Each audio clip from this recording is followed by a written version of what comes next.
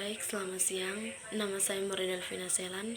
Saya akan mendeskripsikan salah satu destinasi wisata yang ada di NTT, yaitu Kampung Adat Boti. Suku Boti adalah salah satu suku tertua di timur dan merupakan keturunan asli dari suku Pulau Timor Atuin Meto. Masyarakat suku Boti mendiami Desa Boti, Kecamatan Kie, yang terletak kurang lebih 40 km dari kota Soe, Kabupaten Timur Tengah Selatan. Kehidupan masyarakat suku Boti sangat jarang didengar karena keberadaan tempat mereka yang jauh dari perkotaan dan sulit dijangkau. Kearifan lokal suku Boti sendiri yaitu Nion Ai hari api, Nion Oe hari air, Nion Besi hari besi, Nion Usipah Nion Usneno hari dewa bumi dan dewa langit, Nion Suli hari perselisihan, Nion Masikat hari perebutan, Nion Naik hari besar, Nion Liana hari anak-anak, dan Nion Tokos adalah hari istirahat. Tradisi suku Boti ialah masyarakat Boti sesungguhnya memiliki tradisi yang turun-temurun oleh leluhur mereka, seperti berbagai kebiasaan adat istiadat yang tumbuh dan berkembang dalam tatanan kehidupan masyarakat dari dulu hingga sekarang, dan terdapat suatu tradisi unik untuk segera memperkenalkan sang bayi pada dunia luar dengan suatu upacara adat yang disebut Tapuitan Liana. Seperti pengertian harafiah dari Tapuitan Liana, artinya mengeluarkan anak yang bermakna bahwa sang bayi mengeluarkan anak yang bermakna bahwa sang bayi pada waktunya harus dikeluarkan untuk mengenal dunia luar. Pasalnya, setelah dilahirkan, sang bayi selama 4 hari berada dalam umek bubuk, sehingga sudah waktunya untuk diperkenalkan ke dunia luar. Perbedaan kedua kelompok tersebut, yaitu masyarakat suku Boti dibagi menjadi 2 kelompok, yaitu suku Boti dalam dan suku Boti luar. Perbedaan kedua kelompok tersebut yaitu orang Boti dalam tinggal di area tersendiri berpagar kayu, sedangkan suku Boti luar menyebar di berbagai lokasi di luar desa Boti dalam. Masyarakat Boti masih sangat menjunjung tinggi adat dan kebudayaannya. Bagi mereka yang keluar dari suku, maka akan diadili, dikucilkan, bahkan diusir dari suku, maka diusir. Dari laki-laki suku Boti yang sudah menikah dilarang untuk memotong rambut dan dibiarkan panjang dan ikat menyerupai bentuk konde.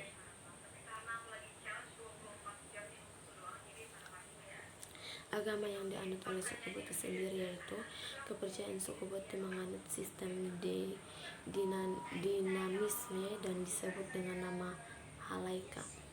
Dengan kepercayaan kedua penguasa alam yaitu Uspah, dewa langit, dan Usnenun, Uspah, dewa bumi, dan Usnenu, dewa langit, mereka memiliki satu hutan yang bersembah dengan ritual tersendiri. Uspah adalah dewa yang akan menjaga, menguasai, dan melindungi kehidupan manusia dan seluruh isinya. Sedangkan Usnenu adalah dewa yang menentukan manusia untuk masuk surga atau neraka.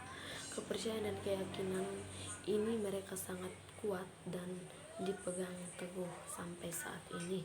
Bahasa yang dipakai oleh agama Boti sendiri yaitu masyarakat Boti sendiri yaitu menggunakan bahasa Dawan. Aturan adat suku Boti yaitu Mereka memiliki banyak aturan, salah satunya adalah sistem kepercayaan halaika.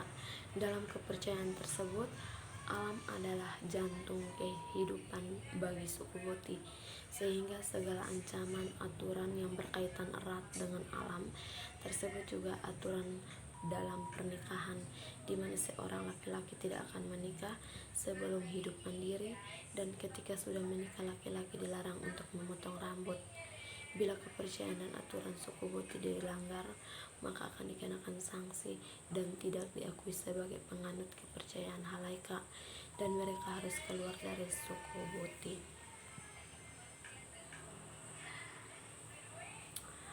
Seni musik. Seni musik tradisional yang masih tumbuh dan berkembang yaitu tarian daerah, bilut, seboot, maikat, diiringi alat musik tradisional yaitu leku, sene, feku, dan tufu, dan ditutup dengan lagu daerah tersebut. Kerajinan. Pada setiap hari ke-9 di mana masyarakat suku Boti berkumpul untuk bersembayang dan mendengarkan nasihat dari kepala suku. Pada hari itu pula mereka diwajibkan membawa kerajinan tangan seperti piring, pika, sendok, soko, gelas, atau tuke yang dibuat dari tempurung kelapa. Pakaian lokal. Suku Boti selalu menggunakan pakaian adat yang merupakan tenunannya sendiri, yang dibuat dari kapas.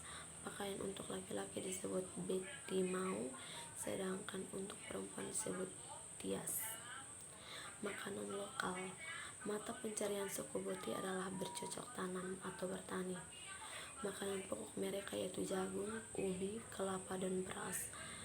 Makanan lokal biasanya dihidangkan bagi tamu atau wisatawan berupa ubi kayu direbus atau dibakar atau disebut lauk hau, ubi jalar direbus atau disebut lauk loli, jagung rebus atau penpasu, nasi atau maka, daging babi, sisifafi, daging sapi, sisbia yang selalu dibakar atau direbus saja.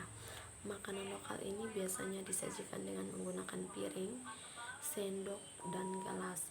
Serba tradisional yang dibuat dari tempurung kelapa, kayu, atau tanduk kerbau yang merupakan kerajinan tangan mereka sendiri. Oke, demikian hasil presentasi saya. Sekian dan terima kasih.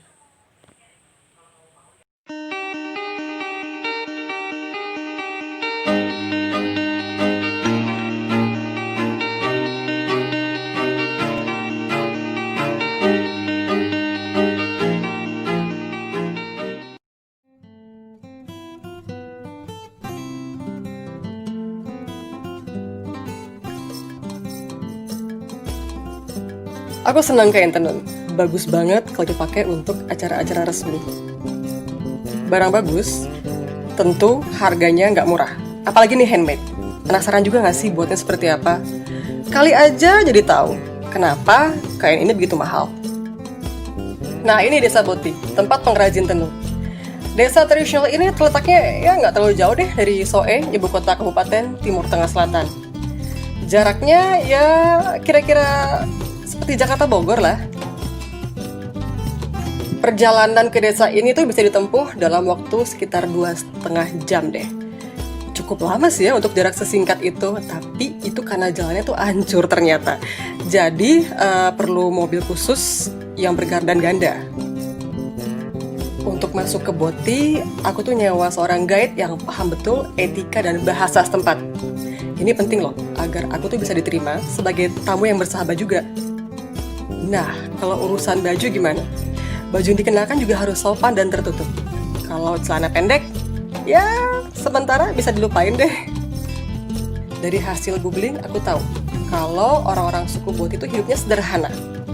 Mirip suku Baduy Dalam, tanpa listrik. Masak pun mereka seadanya, nggak pakai minyak, nggak pakai garam, karena di sana sulit kan untuk mendapatkannya. Untung aku udah beli banyak bekal nih. Kue-kue, mie instan, kopi instan. Pokoknya aman.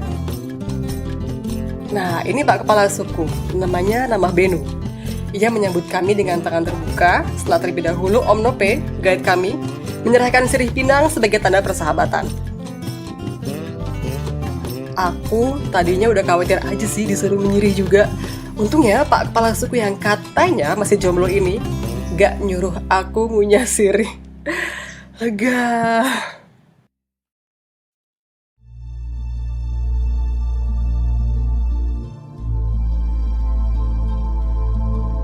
Saat-saat seperti ini memaksa kita untuk menikmati semesta seutuhnya.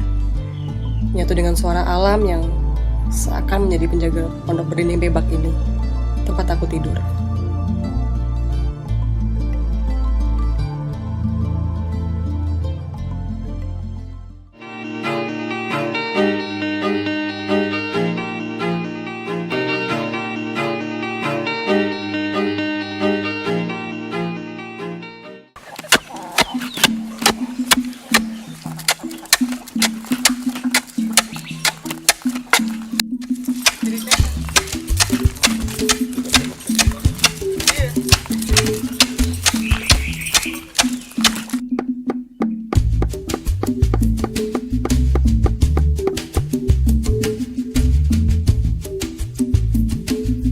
Pagi di sebuah desa yang penuh keramahan itu memang menyenangkan. Kegiatan masyarakat yang asli sungguh memukau. Dan aku bisa melihat proses menenun kain dari awal.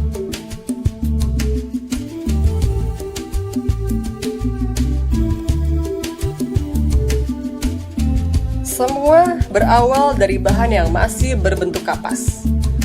Wanita-wanita boti ini pintar sekali ya memilihnya hingga berbentuk benang. Oh, rupanya menenun itu merupakan salah satu syarat mutlak bagi seorang wanita muda untuk membangun sebuah keluarga.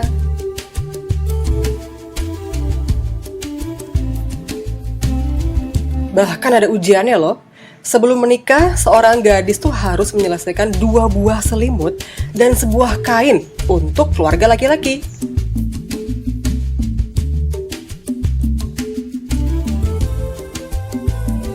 Untuk prianya juga bukannya nggak ada ujiannya loh. Dia tuh harus membangun sebuah rumah bulat, rumah tradisional mereka, dan mengolah sepetak ladang. Jadi, keluarga baru mereka itu nggak akan terlantar.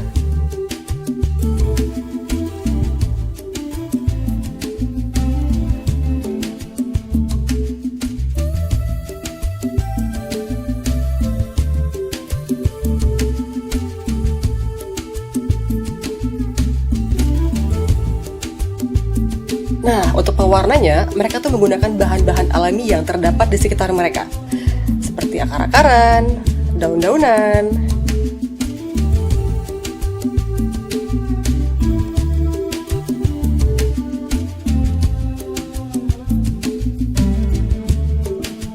Kini aku paham, kenapa kain boti ini cukup mahal harganya. Ini tuh bukan sekedar kain, tapi juga merupakan simbol kedewasaan bagi seorang wanita boti. Keren ya?